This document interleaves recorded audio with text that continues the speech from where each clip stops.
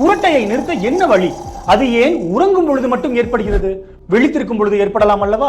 பொதுவாக நமது உள்நாக்கு, மேல் அன்னம், டான்சில்ஸ் போன்ற திசுக்கள் நாம் விழித்திருக்கும் பொழுது கன கச்சிதமான ஒரு நிலையில் இருக்கும்.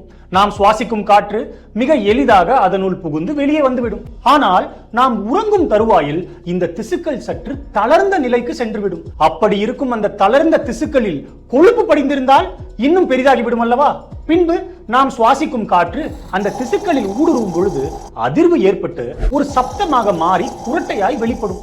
எனவே முதலில் உடல் பருமனை குறைக்க வேண்டும். இன்னொன்று, புனிதமான புகைப்பழக்கம் மற்றும் மதுவை விட வேண்டும்.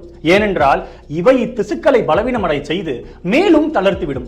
இதனுடன் நாக்கினை மேல் வாயின் மேல் நன்றாக அழுத்தி முன்னும் பின்னுமாய் இழுக்க வேண்டும். இவ்வாறு காலை மற்றும் மாலை ஒரு 10 நிமிடம் செய்து வந்தால் இத்திசுக்கள் பலமடைந்து குரட்டையிலிருந்து விமோசனம் கிடைக்கும். நன்றி.